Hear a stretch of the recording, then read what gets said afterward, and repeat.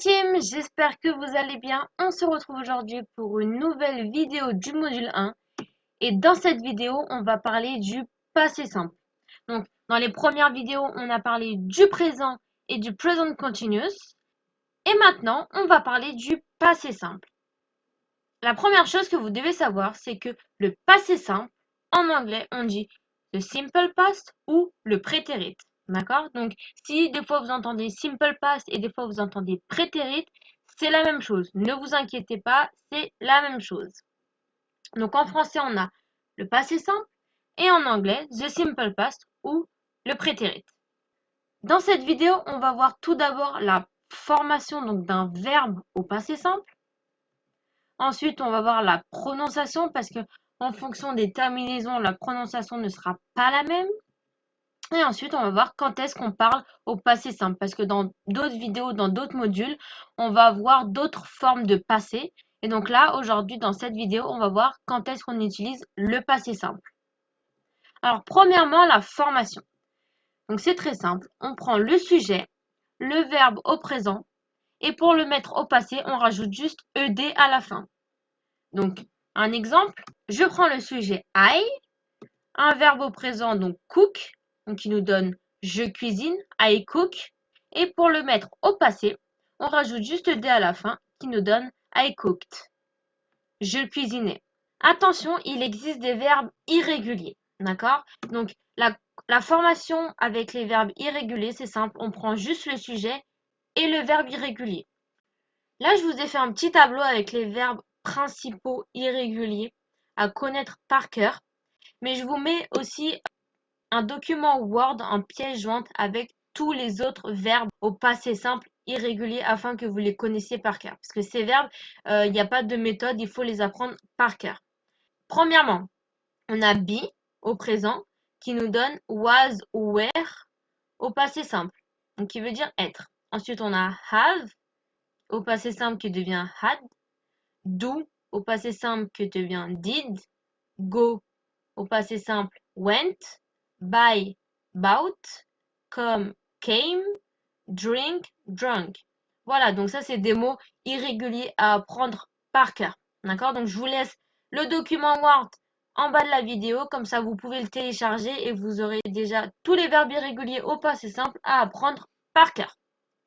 Et je vous souhaite bien du courage parce que je me rappelle que quand moi j'ai dû les apprendre par cœur, c'était compliqué. Quand on commence à les apprendre par cœur, c'est compliqué, on en a marre, ça nous saoule. Mais au final, après, quand on parle en anglais, bah, ça vient tout seul, ça sort tout seul. Donc on est bien content de les connaître. Alors, maintenant, on va voir la prononciation des verbes réguliers. Donc, premièrement, les verbes qui terminent par un D ou un T, on va prononcer id, ED. D'accord? Donc, quand je dis les verbes qui se terminent par un D ou un T, je parle à la prononciation, d'accord? Je ne parle pas à l'écriture. Par exemple, le premier verbe, decide, au présent, decide. À la prononciation, on termine par un D, mais à l'écrit, il termine par un E, d'accord? Donc, je parle bien à la prononciation, pas à l'écrit. Donc là, decide devient decided. Need devient needed. Voilà, on prononce bien le ED. Pareil pour les verbes qui terminent par un son T, donc start, ça devient started. Hate devient hated. Voilà, on prononce bien ED. Ensuite, les verbes qui terminent par un X, un P, un K ou CH ou SH, on va prononcer T. D'accord? Premier exemple, fix, qui devient fixed. Ensuite, avec un P, donc on a stop, qui devient stopped, ou help, qui devient helped. Ensuite, avec un K, donc on a cook, qui devient cooked, ou work, qui devient worked. Ensuite, avec CH ou SH, on a watch, qui devient watched, et on a finish, qui devient finished. Ensuite, les verbes qui terminent par un S, un V, un Y ou un N, le ED, on va le prononcer D. Donc, par exemple, close, qui devient closed. Arrive, qui devient arrived. Live, qui devient lived. Enjoy, qui devient enjoyed. play qui devient played, open qui devient opened, et rain qui devient rained. Voilà, donc faut bien prononcer le D. La prononciation des mots en anglais est très importante. Donc n'hésitez pas, quand vous apprenez des nouveaux mots mais que vous n'arrivez pas à les prononcer, n'hésitez pas à les mettre sur Google Traduction ou sur un autre site afin de bien entendre la prononciation des mots. Et pour finir, on va voir quand est-ce qu'on utilise le passé simple. Alors, on utilise le passé simple quand on parle d'une action qui s'est terminée dans le passé. Par exemple, I went to Los Angeles in 2019. Je suis allé à Los Angeles en 2019. Donc là, c'est une action qui est terminée dans le passé. Donc, je suis allé à Los Angeles en 2019, mais aujourd'hui, je ne suis plus à Los Angeles. Donc là, l'action est terminée dans le passé. Elle n'est plus présente aujourd'hui. Donc, j'utilise le passé simple. Donc là, vous voyez, j'ai utilisé le verbe go au passé simple qui devient went. Deuxième exemple, she was a teacher. Elle était professeure. Donc là, c'est pareil. She was a teacher. Donc, elle était professeure avant, mais maintenant, elle est plus professeure. Sinon, j'utilise le présent. Elle est professeure. She is a teacher. Là, je veux dire qu'elle n'est plus prof. Elle était prof dans le passé, mais maintenant, elle n'y est plus. Donc, j'utilise le passé simple. Et pour cela, j'ai utilisé le verbe be au passé. Donc, be qui devient was pour la première et la troisième personne du singulier et were pour les autres personnes. Deuxièmement, on utilise le passé simple quand on sait exactement quand l'action s'est passée. Premier exemple, si je dis I ate sushi yesterday, ce qui signifie en français j'ai mangé des sushis hier. Donc là, on a bien notre indicateur de temps qui est hier, donc yesterday. Donc on sait exactement quand l'action s'est passée. On sait que j'ai mangé des sushis hier, donc on utilise le passé simple. Donc pour rappel, ate, c'est le passé du verbe eat. Eat, ate. Eat, ate.